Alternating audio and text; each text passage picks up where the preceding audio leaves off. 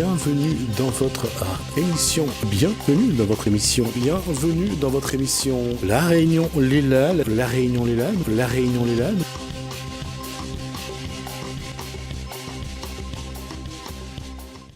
Cette fois-ci, on va parler fibromyalgie, douleur, fatigue, troubles du sommeil, désordre gastro-intestinaux. Voilà, je l'ai lu parce que sinon je vais dire une bêtise. On voit ça dans Cosmo Réunionnais.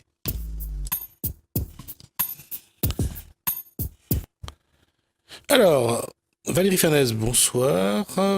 Janie Damien Cardia, bonsoir. Bonsoir. Bonsoir. Les invités de Shakila, bonsoir. Bonsoir. Alors, Shakila voulait parler de fibromyalgie ce soir. Voilà, fibromyalgie. Oui, parce que d'ailleurs, il y a des événements qui vont se faire dans quelques semaines.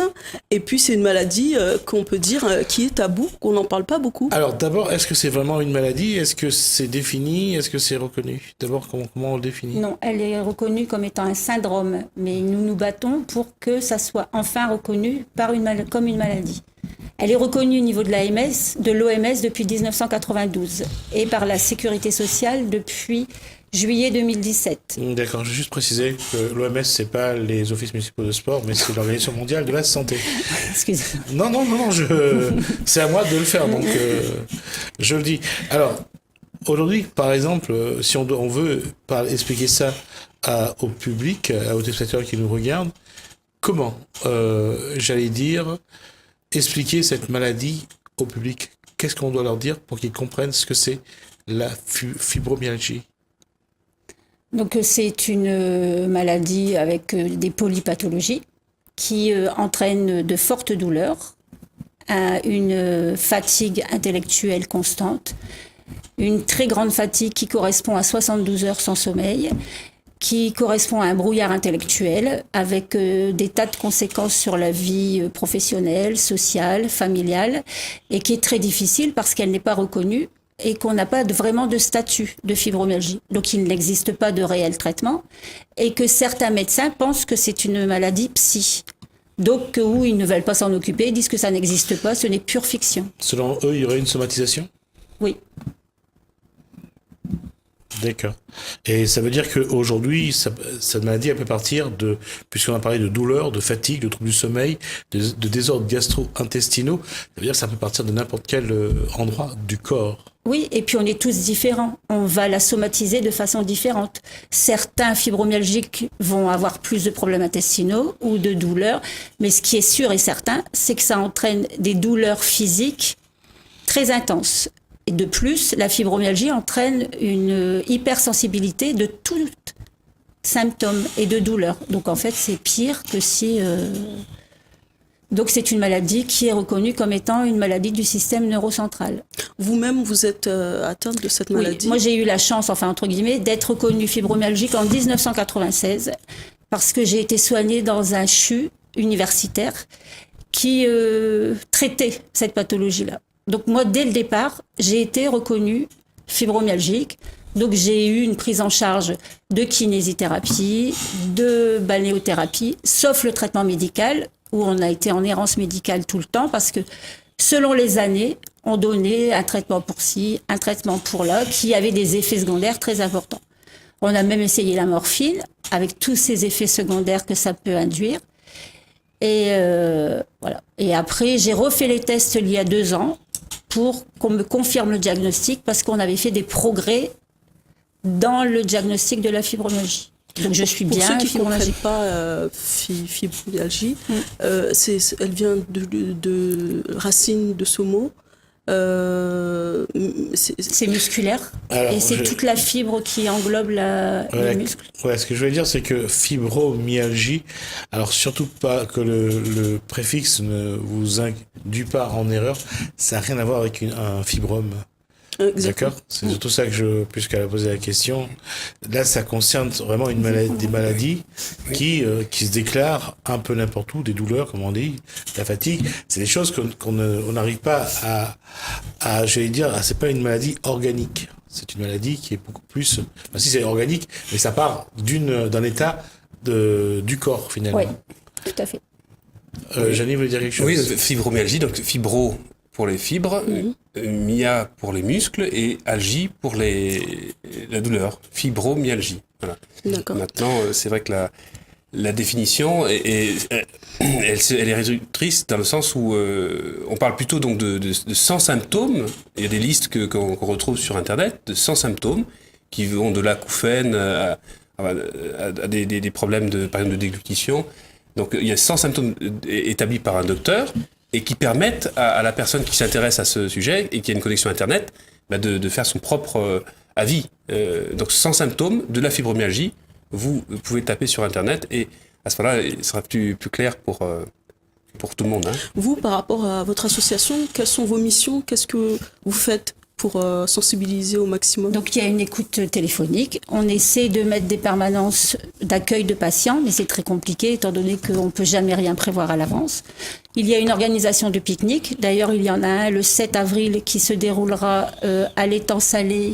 Tout à fait. À côté des Floralis. Donc un pique-nique partage où chacun ramène ce qu'il veut pour rencontrer des gens atteints de fibromyalgie. Il n'est pas nécessaire que vous soyez atteint de fibromyalgie. Si vous voulez vous intéresser à cette maladie parce que vous avez de la famille, des amis, ou vous souhaitez comprendre, vous nous rejoignez et vous pourrez discuter avec tout le monde. Ça fait depuis combien de temps que l'association elle a été créée en avril 2017. D'accord. Et il n'y a que votre association qui s'occupe et qui parle de cette maladie, oui. ou vous avez d'autres associations avec lesquelles... À La Réunion, il n'y a que l'AFROI, l'association Fibromyalgie Réunion Océan Indien. D'accord. Vous avez pu faire des relations avec des associations en France? Oui, parce qu'on était délégation de l'association Fibromyalgie France. D'accord. Donc en fait, voilà. Et à l'avenir, qu'est-ce qui se prévoit par rapport à votre lutte? Donc là, le 12 mai, il y a la journée mondiale de la fibromyalgie. Il y aura une manifestation qui se déroulera au Jardin de l'État à Saint-Denis. On souhaite faire avancer les choses dans la prise en charge parce qu'on a appris que la PCP, qui est une prise en charge par pression faite par des kinés, pourrait soulager la douleur, ainsi que le caisson hyperbare. Donc un projet a été mis en place par la présidente et le bureau de l'association. Pour mettre en place une prise en charge par caisson hyperbare. Donc, il a fallu faire les demandes auprès des instances. Justement, quelles sont les instances? On va juste préciser une chose lorsqu'on dit caisson hyperbare. On va juste préciser qu'ils se retrouvent dans une boîte. Dans une boîte et que la température est froide ou pas. C'est pas de la cryothérapie, c'est caisson hyperbare. Ça, c'est pour la respiration. Voilà, c'est au niveau de la pression du sang et de l'apport en oxygène. Donc, donner l'impression d'être en hauteur. Voilà. Pour raréfier l'oxygène et obliger le poumon, les poumons donc à... Ouais. Ça se pratique à Bordeaux, respirer. Il me semble. Non, ça se pratique. Ici aussi, il y en a. Il y a aussi. J'ai vu déjà la cryogénisation, donc je sais ce que.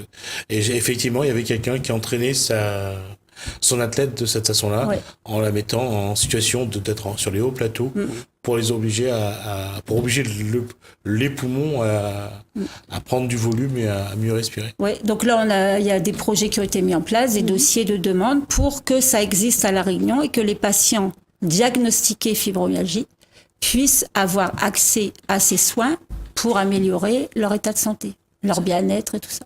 Vous disiez tout à l'heure qu'il n'y a pas finalement de traitement. Quels seraient les le problème, c'est que jamais personne n'a voulu reconnaître la fibromyalgie comme étant une maladie. Donc vous vous doutez bien que s'il n'y a pas de maladie, on ne peut pas créer de traitement adapté. Vu que chacun pense que c'est dû à, comme on dit, chacun fait sa propre sauce. Donc voilà. Après, c'est vrai que la fibromyalgie aujourd'hui, nous avons des centres de la douleur à La Réunion qui nous accompagnent depuis le début. Par exemple, le docteur Collard à Sainte-Clotilde, entre autres. Docteur Welker à Saint-Paul. Enfin, donc il y a des docteurs, tous les docteurs nous accompagnent pour ces démarches. C'est simplement un traitement qui va soulager le patient. Ça ne va pas guérir le patient, mais ça va le soulager. Et pour cela, il est nécessaire de créer des protocoles, y compris pour du confort. Et c'est pourquoi nous faisons des appels réguliers pour que des personnes atteintes de la fibromyalgie viennent vers nous, de manière à organiser, par exemple, un protocole d'essai pour la cryothérapie. Monsieur parlait de la cryothérapie. C'est effectivement une solution qui est proposée pour soulager. Il y a aussi les cures thermales qui peuvent être envisagées donc sur Sillaos ou autres, mais dédiées à des personnes touchées par la fibromyalgie. Donc l'objectif, c'est d'arriver à... Alors que c'est très difficile parce que les personnes qui sont en fibromyalgie, eh bien, elles sont en souffrance et isolées, à réussir à les faire venir vers nous et ensuite à constituer des groupes pour faire en sorte de les soulager dans leur quotidien. Bien sûr, il y a la MDPH et le département qui nous aident sur concrètement, qui aident des patients, enfin, sur ces sujets-là. Voilà, mais nous sommes quand même dans des situations où il faut encore fédérer. Voilà, c'est pour ça que nous sommes là. Et Justement, merci vous avez eu récemment un groupe de parole. Qu'est-ce qui est sorti de ces échanges? C'est toi qui Oui, étais. alors j'y étais, donc effectivement, nous avons été reçus dans un club du Rotary, le Rotary de la Montagne, qui nous a ouvert ses portes pour une petite conférence de 30 minutes. Et l'idée, c'est effectivement de continuer à informer les personnes. Le retour, il se fera peut-être dans les semaines à venir. Nous présentons des éléments sur la maladie. Certains la connaissent, d'autres ne la connaissaient pas. Voilà, donc chacun fait son parcours. Il faut savoir que c'est de l'information qui peut avoir du sens pour les personnes qui nous rencontrent 6 mois, 1 an, 2 ans après. Parce que il y a beaucoup de patients de personnes qui appellent notre service téléphonique, enfin Valérie et Patricia et Dalila, enfin les membres du bureau, et finalement on s'aperçoit que accepter le diagnostic fibromyalgique peut durer pour une personne qui est concernée 6 mois, 1 an, 2 ans. Sans parler du premier cercle de ces personnes qui restent parfois dans le déni. Donc ces personnes doivent trouver un appui en dehors du cercle familial. Et c'est pour ça que nous sommes là, c'est que l'association Fibromyalgie aide la personne à se consolider dans cette idée si elle est concernée, et ensuite de rencontrer les bonnes personnes, quitte parfois à changer de médecin, le médecin généraliste. Je veux dire, c'est pas... effectivement, nous sommes confrontés à des situations où le changement de vie est radical par le changement de médecin généraliste. Tout à l'heure, en interne, en off, on parlait de médecins internistes. Interniste. Voilà. Oui. Donc, vous pouvez nous en dire un peu plus? Ce sont des médecins qui recherchent tout ce qui se passe à l'intérieur du corps, où souvent c'est polypathologie, ce sont tout ce qui n'est pas traité avec des spécialités bien précises, où il faut qu'ils excluent des maladies auto-immunes telles que la sclérose en plaques, la maladie de Parkinson, le purpura, le zona, enfin tout ça c'est des mots scientifiques, pour établir de où vient l'atteinte. Il y en a ici à La Réunion? Oui. Chaque CHU normalement est équipé d'un médecin interniste. Oui. Et là, si des personnes veulent vraiment voir ce que c'est que la fibromyalgie, il y a Morgan Freeman, qui est atteint de fibromyalgie, qui vient de faire un film qui devrait bientôt, dans l'année, être diffusé à la télévision, parce que lui a été reconnu fibromyalgique. Alors, on va juste d'abord rappeler c'est qui Morgan Freeman. Tout le monde sait qui c'est. C'est le monsieur qui vit à côté de la boutique. Non, c'est l'acteur américain qui a été dans des films comme Le Collectionneur, Le Masque de l'araignée, je crois. On va essayer de La Somme de toutes les peurs, c'est avec Ben Affleck. Il y a eu Seven avec Brad Pitt. Il a également joué dans Red. Non, on a joué dans Red en fait avec Bruce Willis et John Malkovich. Alors je vais essayer de trouver d'autres pour que vous essayiez de voir un peu qui c'est ce monsieur. Il a joué dans également Bruce Tout-Puissant, c'est lui qui jouait Dieu. Il était habillé tout en blanc et il donnait la réplique donc à Jim Carrey. Il a également joué avec l'autre. Et j'ai oublié comment il s'appelle l'autre. Il était toujours dans le rôle de Dieu. Puis c'était plus Bruce Tout-Puissant, mais c'était Ethan Tout-Puissant. Voilà, donc si je me trompe pas, est-ce qu'il y a d'autres films qu'il a pu jouer dedans? Oui. Je pense que les gens, ils ont compris qui c'est. Voilà, donc c'est un blague qui a commencé. Donc le film sera diffusé quand? Là, il était en tournage et ça passe sur tous les réseaux internet, comme quoi Morgan Freeman est atteint de la pathologie et qu'il a fait un film, justement, il va jouer dedans pour parler de la fibromyalgie parce que lui-même disait que c'était une maladie qui souffrait de errance médicale et errance médicamenteuse et c'était pas normal qu'on ne reconnaisse pas sa maladie. Tout le monde peut être atteint, c'est tous les âges ou... Tous les âges, surtout les femmes. Donc il y a Lady Gaga aussi qui est atteinte de la fibromyalgie. Lady Gaga. Effectivement. Ouais. Donc, mais beaucoup plus de femmes que d'hommes. Pourquoi? Alors là, les mystères de la médecine. Est-ce que justement, dans vos groupes de parole, vous avez eu des témoignages de mères de famille où ça a créé des problèmes dans la famille que les gens ne comprenaient pas? Moi, je me souviens d'une dame qui m'a appelée parce que un médecin lui avait dit qu'elle était fibromyalgique, donc elle était allée voir un spécialiste qui lui avait dit que non, parce que suite à la décès d'un enfant, elle avait fait une tentative de suicide, donc ce qui est normal, parce que perdre un enfant, je pense que personne ne s'en remet jamais. Elle souffrait de douleurs multiples, de douleurs intestinales. Donc elle était envoyée de médecin en médecin. Elle qui était une très grande sportive, elle ne faisait plus d'activité, elle n'y arrivait plus. Elle qui courait 10 km, au bout de 2 km, elle était fatiguée, elle avait des crampes et tout ça. Donc il lui disait que non, elle était psy.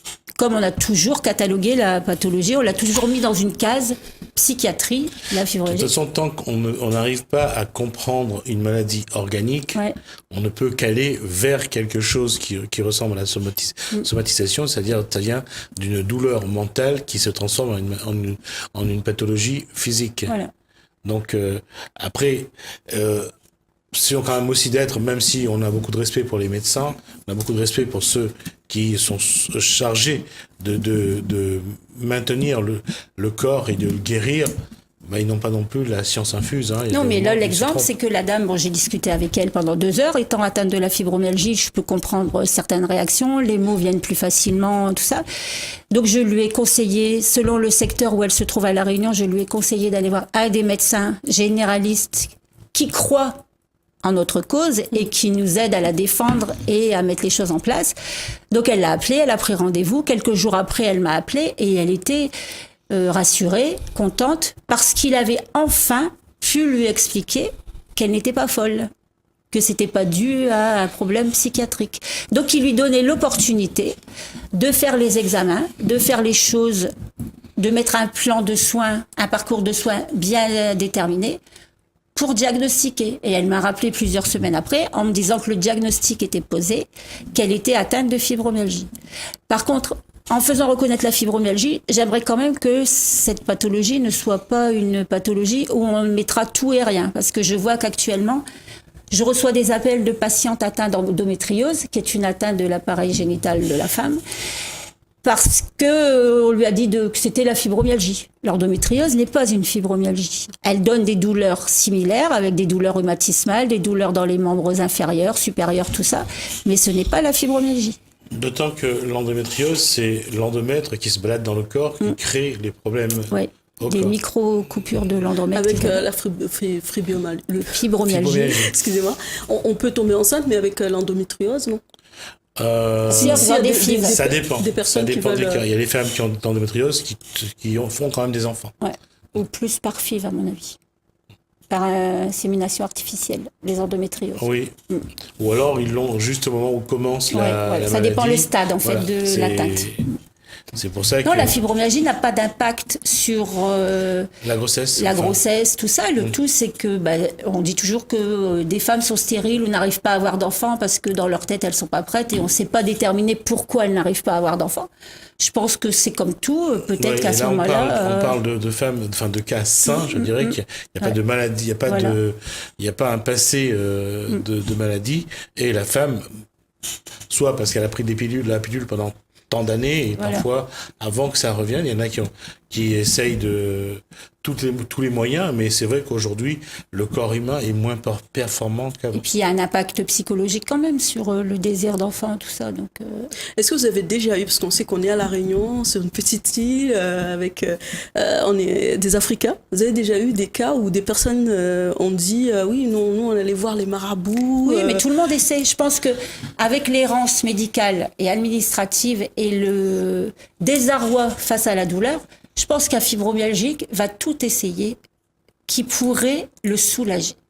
Parce qu'il y a des moments, la douleur est telle qu'on aurait envie... D'abord, il y a des passages à l'acte avec la fibromyalgie, c'est-à-dire des gens qui font des tentatives de suicide parce qu'aucun traitement ne soulage la douleur et qu'en plus, on leur dit que c'est dans leur tête qu'ils n'ont pas mal. Donc, je sais que le taux de suicide ou de tentative de suicide chez les fibromyalgiques est grande et je souhaite que ça n'arrive plus trop parce que Donc on va voir des marabouts, on va voir des guérisseurs, on va voir certainement quelqu'un qui vous lit l'avenir ou C'est ton voisin qui t'a... Voilà. Ou alors ici à La Réunion, on va vous dire oui, il y a quelqu'un qui a mis, ou t'es passé à un carrefour où il y avait une cérémonie machin, ou alors tu t'es pas assez croyante, ou alors tu paies le fait que ton ancêtre a fait que... Oui, bah bien sûr, on a tout entendu. Mais après, voilà, c'est comme tout. L'occasion justement de rassurer les gens et de leur dire qu'il faut venir en parler, venir dans ces journées du 12 avril, c'est ça 12 mai. Et le 7 mai. avril, il y a un pique-nique à l'étang salé, à côté de Floralis. Et le 12 mai, c'est la journée mondiale de la fibromyalgie qui se déroule au Jardin de l'État de Saint-Denis. Après, il y a une permanence téléphonique, donc c'est le 06 92 39 40 60, où je réponds aux patients, aux personnes qui souhaitent avoir des renseignements. Et selon le secteur de La Réunion, nous avons des référents, nord, sud, ouest et est. Et je donne le numéro de la personne du secteur s'ils préfèrent se rencontrer. Donc généralement, elles vont se retrouver dans un bar, pour boire un café, un salon de thé ou à domicile et pour parler avec une personne qui souffre de la même maladie. Alors, on va donc rappeler les dates. D'abord le 7 avril à l'étang salé. À partir de quelle heure? À partir de 11h, jusqu'à 15h. D'accord, donc c'est donc un pique-nique partage. Tout à fait. Et donc le deuxième rendez-vous sera donc le 12 mai. On aura l'occasion d'y revenir. On essaiera d'avoir quelques personnes pour témoigner, voir un petit peu comment ils vivent leur quotidien avec cette maladie. Merci Jenny. Damien de me prévenir que c'est la fin. Et d'ailleurs, on arrive à la fin. Merci. Il était venu pour ça, pour me dire quand c'est fini. Je vais vous le dire. Merci. Merci Merci Valérie Jasmine. Farnèse. Merci donc Jenny Damien Cardia. Chekia, on se donne rendez-vous la semaine prochaine avec d'autres invités. Merci à vous de nous avoir suivis. On espère que toutes les informations qu'on vous apporte vous aident aussi dans votre vie de tous les jours. Merci Lalaine, merci Marie-Sylvie et merci Valérie Farnèse me rappelle que je dois vous montrer ce livre, le grand livre de la fibromyalgie. Donc pour avoir plus d'informations et comprendre un petit peu mieux cette maladie, surtout si vous en souffrez. Donc, on espère que ça va vous épargner le plus possible. Et merci de nous avoir reçus et nous permettre de défendre cette cause. Merci à vous d'être venus en tout cas. Merci donc. Bienvenue dans votre émission. Bienvenue dans votre émission. Bienvenue dans votre émission. La Réunion, les Lalles. La Réunion, les Lalles. La Réunion, les Lalles.